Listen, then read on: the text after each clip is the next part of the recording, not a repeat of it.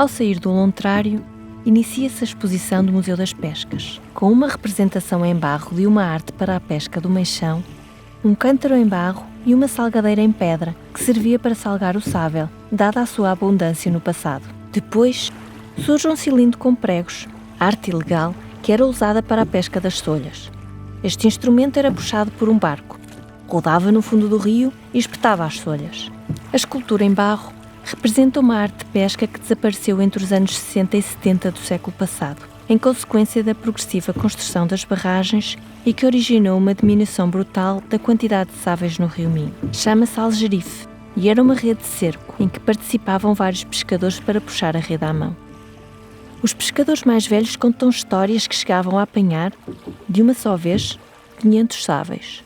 A embarcação tradicional de pesca do rio Minho, o caroço, é um barco construído em madeira e requer manutenção anual, calafetagem e pintura.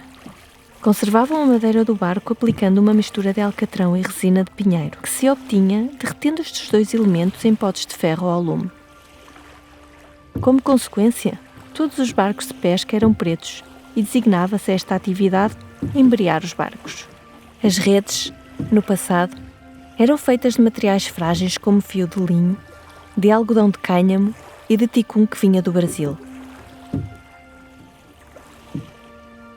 Os pescadores faziam as redes com agulhas de madeira e usavam as bitolas para controlar o tamanho da malha. Os pesos colocados na base das redes, que mais tarde foram substituídos por chumbo, eram feitos de pano com areia no seu interior. A este peso davam-lhe o nome de pandulho. A madeira também servia para construir artes de pesca para apanhar trutas.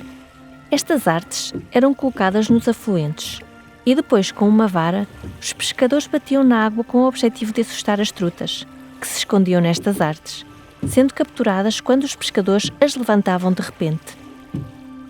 As fisgas são instrumentos muito primitivos para a pesca da lampreia, enguia e solha. Atualmente são proibidos, com exceção da fisga para as lampreias, que ainda é utilizada num afluente espanhol, o rio Tea, onde se mantém a tradição do seu uso. A pesca da lampreia com fisga podia ser por arremesso com um cabo com cortiça para flutuar, ou então fisgavam diretamente quando a lampreia subia um afluente ou estava agarrada a uma rocha. O uso de fisgas para a enguia e a solha era ao acaso, dado que estes peixes vivem no fundo do rio.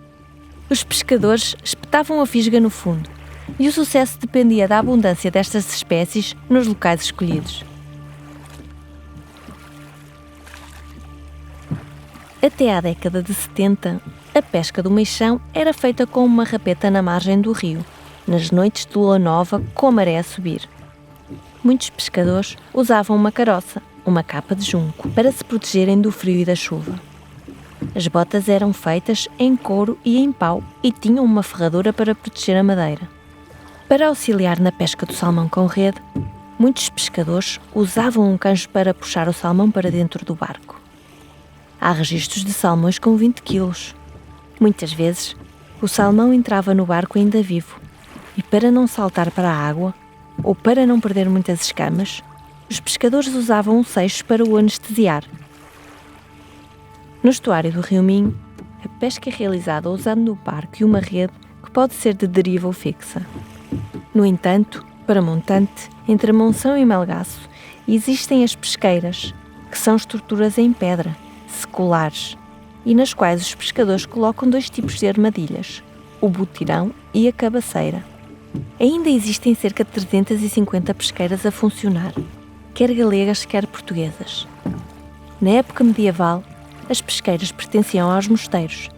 Depois passaram para as famílias e atualmente são consideradas propriedade privada, passando de geração em geração, e por vezes há tantos herdeiros que é necessário uma escala de redagem para gerir os dias de pesca.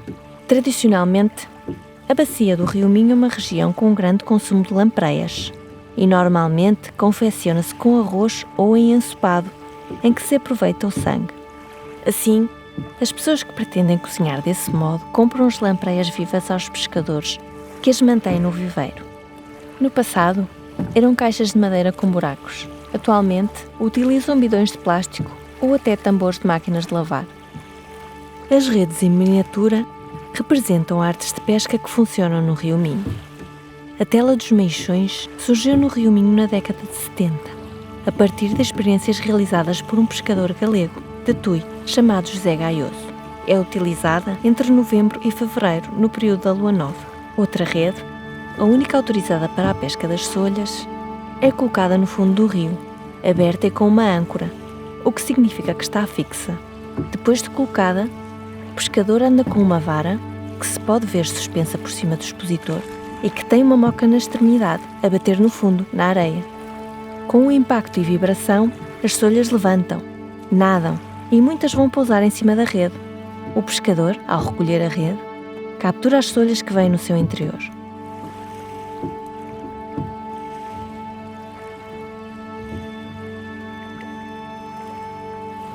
Entre as maquetes de embarcações expostas, destacam-se o caroço com vela e o caroço modificado, sem a polpa em bico. Nas comunidades pescatórias junto à Foz, Caminha e à Guarda, como a pesca é dividida entre o rio e o mar, a embarcação tem um bordo mais alto, a gamela. A embarcação mais primitiva que se conhece é o barco das Dornas, constituída por 2 troncos escavados e unidos por uma tábua e remos.